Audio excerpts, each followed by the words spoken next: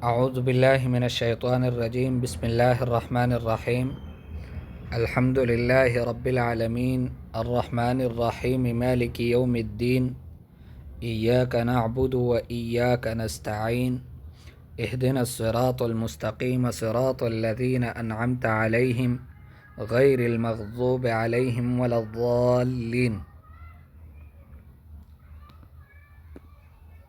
دورۃ تفسیر القرآن الکریم کے نام سے اللہ جل شانہ کے محض توفیق اور فضل سے ہم اس کورس کا آغاز کرتے ہیں۔ دورہ عربی میں کہتے ہیں کورس کو،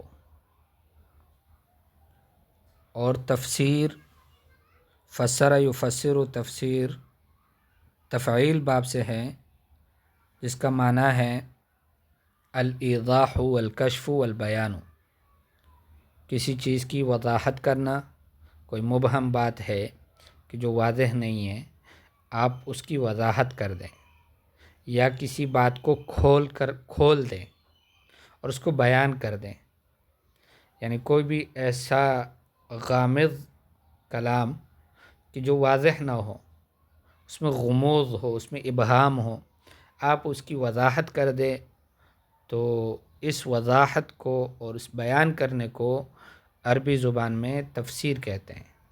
تو قرآن پاک کی آیات کا جب ہم تفسیر کرتے ہیں تو ہوتا یہ ہے کہ کئی جگہوں پر آیات یا جو کلمات ہیں ان کا سمجھنا مشکل ہوتا ہے، تو علم تفسیر کے ذریعے سے پھر ان کو سمجھنے کی ہم کوشش کرتے ہیں۔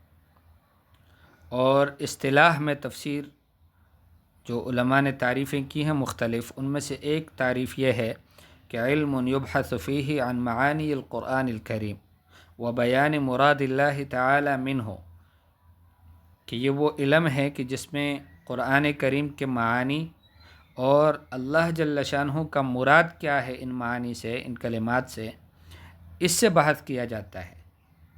لیکن ظاہر ہے کہ ہم عاجز ہیں، ہم اللہ کے مراد کو اچھی طرح سے نہیں سمجھ سکتے، تو اس لیے پھر ایک قید لگایا ہے علماء نے کہ بحسب طاقت البشریہ، بشری طاقت کے بقدر جتنا ہم میں طاقت ہے، اللہ پاک نے جتنی سمجھ سوجھ بوجھ دی ہے اور جتنا تحقیق کی توفیق ملتی ہے، اس کے بقدر اللہ کے مراد کو ہم سمجھنے کی کوشش کرتے ہیں کہ قرآن پاک میں یہ آیات سے اللہ کی مراد کیا ہے۔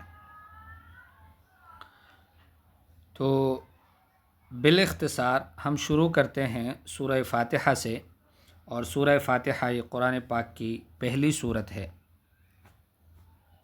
ظاہر ہے کہ 30 پاروں کے اعتبار سے اگر دیکھا جائے تو یہ سورہ فاتحہ کسی بھی پارے میں نہیں ہے، لیکن قرآن پاک کی ظاہر ہے کہ صرف 30 پارے، کوئی آپ سے کہیں کہ قرآن پاک کتنے پاروں کا ہے تو آپ کہہ سکتے ہیں کہ 30 پاروں کا، تو وہ کہے گا کہ سورہ فاتحہ پھر کون سے پارے میں ہے؟ تو سورہ فاتحہ کسی بھی پارے میں نہیں ہے، پارے سے پہلے کا ہے۔ لیکن آپ پھر یوں کہہ سکتے ہیں کہ قرآن پاک میں سورتیں کتنی ہیں؟ تو وہ کہے گا کہ 114 صورتیں ہیں، تو پہلی صورت کون سی ہے؟ تو سورہ فاتحہ ہے۔ تو ظاہر ہے قرآن پاک کا اصل ہے یہ، اور اس کا جو مختلف اس کے جو نام ذکر کیے گئے ہیں، وہ ان میں سے ایک نام جو ہے وہ ہیں ام الکتاب یا ام القرآن، اور ایک فاتحۃ الکتاب، اور ایسے ہی السبع المثانی، القرآن العظیم، سورۃ الحمد بھی اس کو بولتے ہیں۔ سورۃ الفاتحہ کیوں بولتے ہیں اس کو؟ اس لیے کہ اس سے افتتاح کی جاتی ہے۔ قرآن پاک میں جو مصاحف ہیں ہمارے پاس، ان سب کے شروع میں سورہ فاتحہ لکھا جاتا ہے، تو اسی سے ابتدا ہوتی ہے، اس لیے اس کو فاتحۃ الکتاب کہتے ہیں۔ اور ام القرآن یا ام الکتاب اس کو کیوں کہتے ہیں؟ اس لیے کہ یہ قرآن کا اصل ہے، قرآن کا بنیاد ہے، خلاصہ ہے۔ اب قرآن کا خلاصہ ہونے کا کیا مطلب ہے؟ اس کا مطلب یہ ہے کہ قرآن پاک میں عام طور پر 6 مضامین بیان ہوتے ہیں۔ توحید بیان ہوتا ہے، رسالت بیان ہوتی ہے، قیامت بیان ہوتی ہیں، احکام بیان ہوتے ہیں کہ یہ حلال ہے یا حرام ہے، یہ کرو یا نہ کرو، اور ماننے والوں کا تذکرہ ہوتا ہے جو کہ ایمان والے ہیں اور نیک عمل والے لوگ ہیں، متقین ہیں، اور نہ ماننے والوں کا تذکرہ ہوتا ہے کہ جو مکذبین ہیں، کافرین ہیں، جاحدین ہیں، ان کا تذکرہ ہوتا ہے۔ تو اس صورت کے اندر اجمالاً ان 6 مضامین کو بیان کیا گیا ہے، تو اس لیے اس صورت کو کہتے ہیں ام الکتاب یا ام القرآن۔ اس میں اگر آپ دیکھیں تو سب سے پہلے الحمدللہ رب العالمین الرحمن الرحیم، ان 2 آیات کے اندر اللہ جل شانہ کی توحید بیان ہوئی ہے، توحید الوہیت اور توحید ربوبیت۔ اور مالک یوم الدین، اس میں پھر قیامت کا تذکرہ ہے۔ تو ہم نے کہا تھا کہ قرآن کے مضامین 6 ہیں، ایک توحید ہے، ایک رسالت ہے اور ایک قیامت ہے، تو قیامت کا تذکرہ بھی آ گیا۔ ایاک نعبد و ایاک نستعین میں پھر احکام کا تذکرہ ہے، یعنی جو قرآن کا ایک مضمون ہے کہ احکام، تو یہاں پر 2 حکموں کا تذکرہ ہے کہ ایک تو سوال کرنا، مانگنا اللہ سے، اور ایک اللہ کی عبادت کرنا۔ تو ہم آپ کی عبادت کریں گے، آپ سے مدد طلب کریں گے، تو یہاں پر احکام بتائے گئے۔ اور پھر اس کے بعد اہدنا الصراط المستقیم صراط الذین انعمت علیہم غیر المغضوب علیہم ولا الضالین۔ صراط الذین انعمت علیہم میں 2 باتوں کا تذکرہ ہوا، ایک تو رسالت کا تذکرہ ہوا، اور ایک جو ہے وہ ماننے والوں کا تذکرہ ہوا کہ ہمیں سیدھے راستے کی ہدایت نصیب فرما۔ سیدھا راستہ کون سا، کن لوگوں کا، کہ جن پر آپ کا انعام ہوا ہے، احسان ہوا ہے۔ تو جن پر احسان ہوا ہے وہ کون لوگ ہیں؟ انبیاء ہے، صدیقین ہے، شہداء ہے۔ تو انبیاءوں کے سردار پھر امام الانبیاء ہے، تو رسالت کا تذکرہ بھی ہوا۔ اور ساتھ ساتھ یہی لوگ ہیں کہ جو ماننے والے ہیں، اس لیے ان پر انعام ہوا ہے، تو ماننے والوں کا تذکرہ ہوا۔ اور غیر المغضوب علیہم ولا الضالین میں پھر نہ ماننے والوں کا تذکرہ ہے، اور نہ ماننے والے 2 گروپ تھے۔ ایک وہ لوگ تھے کہ جو سمجھتے تھے، اچھی طرح سے جانتے تھے کہ حضور صلی اللہ علیہ وسلم برحق نبی ہیں، اور جو کتاب وہ لے کر آئے ہیں وہ بھی برحق ہے، لیکن محض عناد کی وجہ سے، عناد اور بغض کی وجہ سے وہ اس کی پیروی نہیں کرتے تھے، اس کی مخالفت کرتے تھے، تو یہ مغضوب علیہم لوگ ہیں، جن کو ہم یہود سے تعبیر کرتے ہیں۔ کہ قرآن پاک میں اللہ نے فرمایا یعرفونہ کما یعرفون ابناءہم، یہ حضور کو اتنا جانتے ہیں جتنا وہ اپنے بیٹوں کو جانتے ہیں۔ جیسے اپنے بیٹوں کو جانتے ہیں کہ یہ میرا بیٹا ہے، ایسے ہی نبی کو بھی جانتے ہیں کہ یہ برحق اللہ کا نبی ہے۔ اور دوسرے لوگ وہ تھے کہ جہالت کی وجہ سے، گمراہی کی وجہ سے وہ حضور کی مخالفت کرتے تھے، اور وہ نصارہ تھے عموماً۔ تو بہرحال اس کتاب کا ایک نام ہے، یا اس سورت کا ایک نام ہے ام القرآن یا ام الکتاب۔ اچھا، اس کو 7 المثانی بھی کہتے ہیں۔ قرآن پاک میں اللہ پاک نے فرمایا کہ وَآتَيْنَاكَ سَبْعًا مِّنَ الْمَثَانِي وَالْقُرْآنَ الْعَظِيمِ، کہ ہم نے آپ کو 7 مثانی دی ہے اور قرآن عظیم دیا ہے۔ اور ظاہر ہے ان دونوں سے مراد سورہ فاتحہ ہے۔ تو قرآن عظیم بھی ہے چونکہ پورے قرآن کا خلاصہ اس میں موجود ہے، اور دوسری بات اس میں یہ ہے کہ یہ 7 المثانی ہے، 7 آیات ہیں، اور مثانی کا مطلب ہے کہ مکرر آیات ہیں۔ کیا مطلب؟ کہ آپ ہر نماز کے اندر اس کو پڑھا جاتا ہے، اس کو دہرایا جاتا ہے، اس لیے کہ حضور صلی اللہ علیہ وسلم نے فرمایا لا صلاۃ لمن لم یقرأ بفاتحۃ الکتاب، کوئی انفرادی نماز اگر پڑھتا ہے تو فاتحۃ الکتاب کے بغیر اس کی نماز ہی نہیں ہوتی، اور اگر کوئی جماعت سے پڑھتا ہے تب بھی نہیں ہوتی، لیکن وہاں پر امام کی قرات وہ مقتدی کے لیے قرات سمجھی جاتی ہے، تو اس وجہ سے امام پڑھتا ہے۔ تو بہرحال اس صورت کو جو ہے 7 المثانی بھی کہتے ہیں۔ اور یہ جو آیت ہے لقد آتیناک سبعا من المثانی والقرآن العظیم، یہ مکی آیت ہے، اس میں تو اتفاق ہے۔ تو اسی وجہ سے پھر علماء کہتے ہیں کہ یہ جو صورت ہے سورہ فاتحہ، یہ بھی مکی صورت ہے۔ ظاہر اس کے بعد سورہ بقرہ ہے، اور اس کے بعد پھر جو دوسری صورتیں ہیں وہ 3-4 صورتیں تقریباً، سورۃ مائدہ تک وغیرہ، یہ مدنی صورتیں ہیں، لیکن یہ سورۃ الفاتحہ یہ مکی صورت ہے۔ اور دلیل یہ آیت ہے لقد آتیناک سبعا من المثانی والقرآن العظیم، کہ یہ مکہ مکرمہ میں نازل ہوئی تھی۔ اور دوسری بات یہ ہے کہ چونکہ اس کا تعلق نماز سے ہے، تو ظاہر ہے کہ نماز مکہ مکرمہ کے آخری دور میں وہاں پر یعنی ہجرت سے پہلے ہی فرض ہو گئی تھی، تو یہ اس لیے اس صورت کو جو ہے وہ مکی صورت شمار کیا جاتا ہے۔ تو باقی اس کی فضیلت کے بارے میں، تو اس کے فضائل کیا ہیں، تو حضور صلی اللہ علیہ وسلم نے فرمایا، ایک روایت ہے ابن عباس رضی اللہ تعالیٰ عنہ کی، کہ جبریل علیہ الصلاۃ والسلام نبی کریم صلی اللہ علیہ وسلم کے پاس تشریف فرماتے کہ اوپر سے ایک سخت قسم کی آواز سنی، یعنی ایک زوردار قسم کی آواز سنی۔ تو حضور صلی اللہ علیہ وسلم نے اپنا سر مبارک اوپر کیا، تو حضرت جبریل نے فرمایا ھذا باب من السماء فتح اليوم، یہ آسمان کا ایک دروازہ ہے کہ جو آج کے دن کھل گیا ہے، لم یفتح قط الا اليوم، یہ آج سے پہلے کبھی زندگی میں کھلا ہی نہیں ہے۔ اور وہاں سے پھر ایک فرشتہ اترا تو حضرت جبریل نے فرمایا ھذا ملک نزل الى الارض لم ينزل قط الا اليوم، کہ یہ ایک فرشتہ ہے کہ جو آسمان سے آیا ہے آج کے دن میں، اور اس سے پہلے بھی یہ کبھی نہیں آیا۔ تو اس نے پھر حضور صلی اللہ علیہ وسلم کو سلام کیا اور حضور کو فرمایا ابشر بنورین، آپ بنورین اوتیتہما، آپ دو نوروں کی خوشخبری حاصل کر لو کہ جو آپ کو دی گئی ہیں، اور لم یؤتہما نبی قبلک، یہ دو نور وہ ہے کہ جو آپ سے پہلے کسی اور نبی کو نہیں ملے ہیں، اور ان میں سے ہیں ایک فاتحۃ الکتاب اور ایک خواتیم سورۃ البقرہ۔ ایک تو سورۃ الفاتحہ ہے، یہ جو الحمدللہ رب العالمین الرحمن الرحیم ہے، یہ کسی بھی پہلے نبی کو پہلے کسی کتاب میں بھی یہ نہیں آئے یہ آیات۔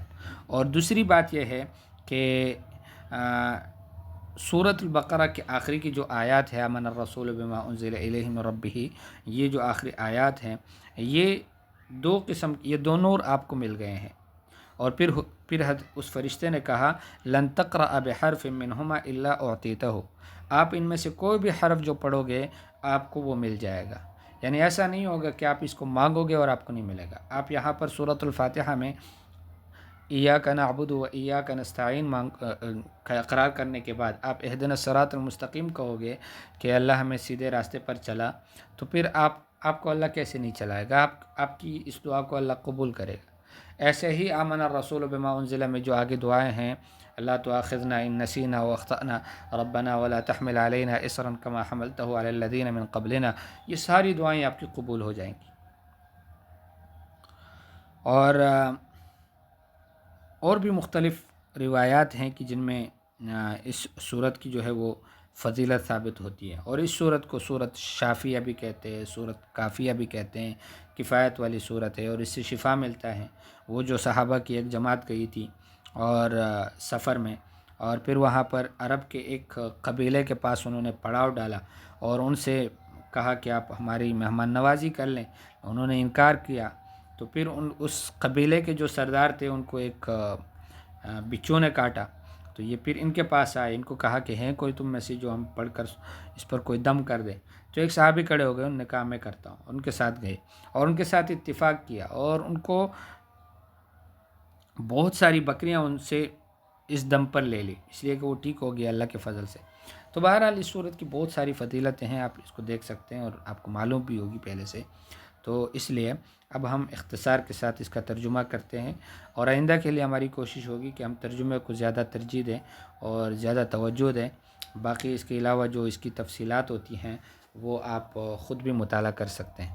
تو بسم اللہ الرحمن الرحیم، اللہ کے نام سے کہ جو سب پر مہربان ہیں، بہت مہربان ہیں۔ بسم اللہ، اللہ کے نام سے، میں شروع کرتا ہوں اللہ کے نام سے۔ جب ہم کہتے ہیں تو میں کہتا ہوں اللہ کے نام سے، جب ہم پڑھتے ہیں تو میں پڑھتا ہوں اللہ کے نام سے۔ تو یہ جو بسم اللہ الرحمن الرحیم کا ہے، یہ شبہ جملہ ہے اور یہ متعلق ہوتا ہے کسی فعل کے ساتھ، صحیح، اور کبھی اسم کے ساتھ بھی ہو سکتا ہے، یعنی ابتدائی بسم اللہ الرحمن الرحیم میرا شروع کرنا اللہ کے نام سے ہے، یا پھر ابتدئ بسم اللہ الرحمن الرحیم میں شروع کرتا ہوں اللہ کے نام سے کہ جو سب پر مہربان ہے، بہت مہربان ہے۔ الحمدللہ رب العالمین، سب پر مہربان ہے، بہت مہربان ہے، اس کا ترجمہ میں اس لیے ایسا کرتا ہوں کہ سب پر مہربان ہیں کہ دنیا میں اللہ جل شانہ مسلمانوں پر بھی کافروں پر بھی سب پر مہربان ہوتے ہیں، اور الرحیم کہ اللہ پاک بہت مہربان ہیں۔ ظاہر ہے کہ قیامت کے دن اللہ جل شانہ کے جیسے روایت میں آتا ہے کہ حضور صلی اللہ علیہ وسلم نے فرمایا کہ اللہ نے اپنے رحمت کو 100 حصوں میں تقسیم کیا، اور ان میں سے ایک حصے کو زمین میں اتارا، اور اسی کی وجہ سے لوگ آپس میں محبت کرتے ہیں، آپس میں ایک دوسرے سے پیار کرتے ہیں، تعلق رکھتے ہیں، ایک دوسرے کا خیال رکھتے ہیں، ایک دوسرے پر ترس کھاتے ہیں، اور یہ اس ایک رحمت کا حصہ ہے۔ اور 99 اپنے پاس قیامت کے دن تک رکھے، اور قیامت کے دن اس ایک حصے کو بھی ان 99 کے ساتھ ملا کر اللہ پاک رحم کرے گا، تو بہت زیادہ رحم کرے گا، لیکن وہاں پر رحم جو ہے وہ عمومی نہیں ہوگا بلکہ خاص طور پر مسلمانوں پر ہوگا۔ تو بسم اللہ الرحمن الرحیم، اللہ کے نام سے کہ جو سب پر مہربان ہیں، بہت مہربان ہیں۔ الحمدللہ، تمام تعریفیں اللہ کے لیے ہیں، رب العالمین کہ جو رب ہے جہانوں کا۔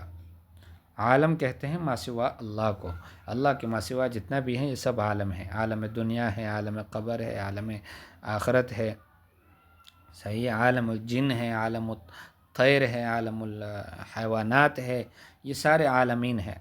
تو الحمدللہ تمام تعریفیں اللہ کے لیے ہیں، رب العالمین کی جو رب ہے تمام جہانوں کا۔ اور ظاہر ہے کہ جب الحمدللہ سے شروع کیا گیا ہے تو اللہ پاک ہم سے بھی مطالبہ کرتے ہیں کہ تم بھی کہو الحمدللہ رب العالمین۔ الرحمن الرحیم جو سب پر مہربان ہے، بہت مہربان ہے۔ مالک یوم الدین مالک ہیں بدلے کے دن کے، قیامت کا دن چونکہ بدلے کا دن ہے تو اس کے مالک اللہ ہے۔ تو یہاں پر 3 آیات میں یہ بتایا گیا کہ اللہ جل شانہ جو ہے وہ اکیلے تمام تعریفوں کے مستحق ہے۔ کوئی کہے گا کہ لوگ تو لوگوں کی بھی تعریفیں کرتے ہیں، چیزوں کی بھی کرتے ہیں، تو بظاہر اگرچہ وہ چیزوں کی تعریف ہوتی ہیں یا لوگوں کی ہوتی ہیں، لیکن چونکہ ان سب کا بنانے والا اللہ ہے، ان سب کو پھالنے والے اللہ ہے، تو وہ حقیقت میں اللہ ہی کی تعریف ہوتی ہے۔ تو الحمدللہ تمام تعریفیں اللہ کے لیے ہیں، رب العالمین کی جو پالنہار ہے، پالنے والے ہیں تمام جہانوں کے۔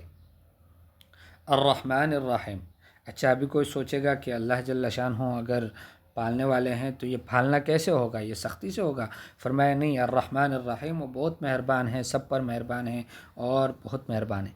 اور پھر فرمایا مالک یوم الدین کہ کوئی کہے گا کہ اگر اللہ جل شانہ اتنے مہربان ہیں تو پھر کیا بندوں کو ایسے ہی چھوڑے گا، کسی کو کچھ نہیں کہے گا؟ فرمائے نہیں، مالک یوم الدین بدلے کے دن کے مالک ہے، کہ قیامت کے دن اللہ جل شانہ لوگوں کا مظلوم کو بدلہ دلائے گا ظالم سے۔ اور پھر فرمایا ایاک نعبد و ایاک نستعین، ہم آپ ہی کی عبادت کرتے ہیں اور آپ ہی سے مدد طلب کرتے ہیں۔ ایاک نعبد و ایاک نستعین، ہم آپ کی عبادت کرتے ہیں اور آپ سے مدد طلب کرتے ہیں۔ حدیث میں آتا ہے کہ اللہ جل شانہ نے سورہ فاتحہ کو آدھا آدھا تقسیم کیا ہے اور فرمایا کہ نصف لی و نصف لعبدی، آدھا میرے لیے ہے اور آدھا میرے بندے کے لیے ہے۔ الحمدللہ رب العالمین یہ اللہ کے لیے، الرحمن الرحیم بھی اللہ کے لیے، مالک یوم الدین یہ بھی اللہ کے لیے، یعنی اللہ کی صفات ہے۔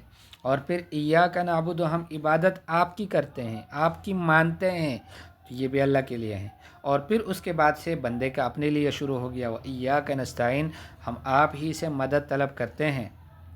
اهدنا الصراط المستقیم، ہمیں چلا لیں سیدھے راستے پر یا ہمیں دکھا دیں سیدھا راستہ۔ ہدایت کے 2 معنی آپ نے پڑھے ہوں گے کہ ایک ہے راستہ دکھانا اور ایک ہے راستے تک پہنچانا، منزل مقصود تک پہنچانا۔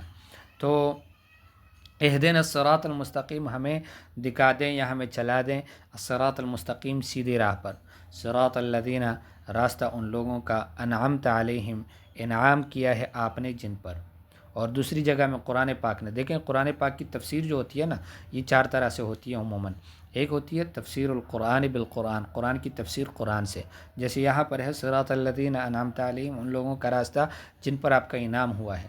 تو اس کی تفسیر کیا ہے؟ تو اس کی تفسیر قرآن پاک میں دوسری جگہ ہے، اولئک الذین انعم اللہ علیہم من النبیین والصدیقین والشہداء والصالحین، کہ انبیاء، صدیقین، شہداء، صالحین یہ وہ لوگ ہیں کہ جن پر اللہ کا انعام ہوا ہے۔ تو وہاں پر قرآن پاک اس کی خود تفسیر کرتا ہے۔ اور کبھی قرآن کی تفسیر بالسنہ ہوتی ہے، حضور صلی اللہ علیہ وسلم کے احادیث مبارکہ سے۔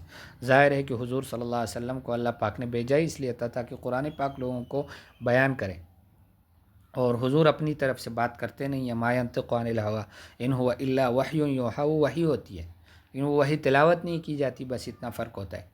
اور تیسرا طریقہ یہ ہوتا ہے کہ تفسیر باقوال صحابہ، صحابہ کرام رضی اللہ تعالیٰ عنہم کے اقوال سے تفسیر کرنا، اور یہ بھی صحیح ہے۔ ظاہر ہے کہ صحابہ کرام رضی اللہ عنہ اس زمانے کے لوگ تھے کہ جنہوں نے حضور صلی اللہ علیہ وسلم سے اس تفسیر کو پڑھا، کہ براہ راست شاگرد تھے۔ اور پھر ہے تفسیر باقوال تابعین، تابعین کے اقوال سے، جیسے سعید اور جبیر اور اکرمہ وغیرہ، حسن بصری رحمہ اللہ، ان کے اقوال سے آپ تفسیر کریں۔ تو یہ ساری مقبول تفسیریں ہیں۔ اور ایک تفسیر کی جو منع ہے وہ تفسیر بالرائے ہے، کہ اگر کوئی اپنے رائے سے تفسیر کرتا ہے اور ان علوم کا ان کو کوئی ادراک نہیں ہوتا تو یہ تفسیر پھر منع ہے۔ تو یہاں پر صراط الذین انعمت علیہم، راستہ ان لوگوں کا جن پر آپ کا انعام ہوا، غیر المغضوب علیہم، نہ ان کا کہ جن پر غصہ ہوا ہے، غیر المغضوب علیہم، نہ وہ کہ مغضوب علیہم ہیں کہ جن پر غصہ ہو چکا ہے، ولا الضالین، اور نہ گمراہوں کا۔